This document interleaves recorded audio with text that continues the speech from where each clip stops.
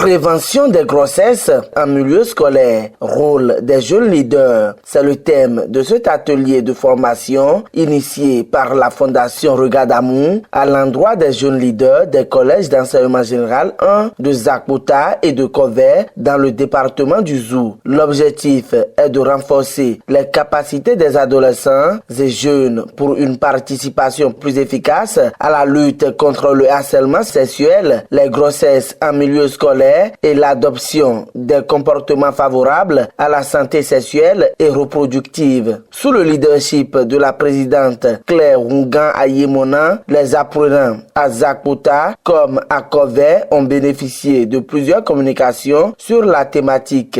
Vous parlez à travers des émissions du dialogue qu'il faut instaurer entre parents et enfants pour que la question de sexualité ne soit plus un tabou et un piège pour les jeunes.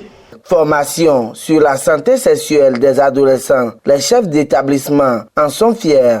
Je suis très content parce que si les apprenants sont informés, nous pouvons juguler le problème récurrent qui est les grossesses en milieu scolaire, les violences basées sur le genre.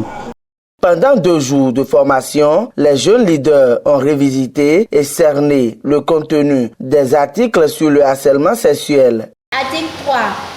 Constitue un harcèlement sexuel en milieu scolaire le fait d'user de façon répétée d'ordre, de menaces, de contraintes, de pression, de paroles, de gestes, d'écrits, de messages ou tout autre moyen, dans le but d'obtenir d'un apprenant ou d'un éducateur contre son gré des relations de nature sexuelle pouvant porter atteinte à sa dignité ou à son intégrité physique et psychique. Article 4. Le harcèlement sexuel peut prendre les formes suivantes: verbale, auditive, physique, écrite, visuelle et occulte. Les relations coupables en milieu scolaire sont entre autres les rapports suspects, les attentats à la prison et les séquestrations. Pour la cible qui bénéficie de cette formation, c'est une joie puisqu'elle saura désormais quel comportement adopter pour mieux gérer la vie sexuelle afin d'exceller sur le plan académique.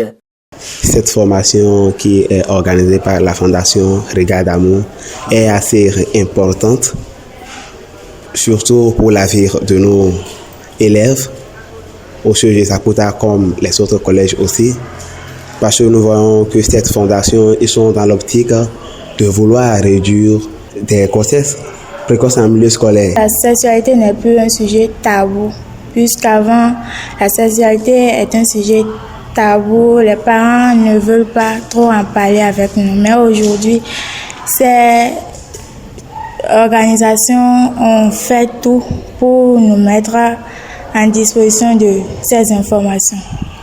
Cette formation qui fait suite aux conférences organisées dans certains collèges d'enseignement général du Zou est salutaire et donne déjà le résultat escompté, la réduction des grossesses en milieu scolaire. Déjà, leur sensibilisation porte déjà leur fruit parce que jusqu'à l'heure où je parle, le CEG Zakpota a enregistré 0 grossesse, alors que l'année passée, à pareil moment, nous en avions déjà 5.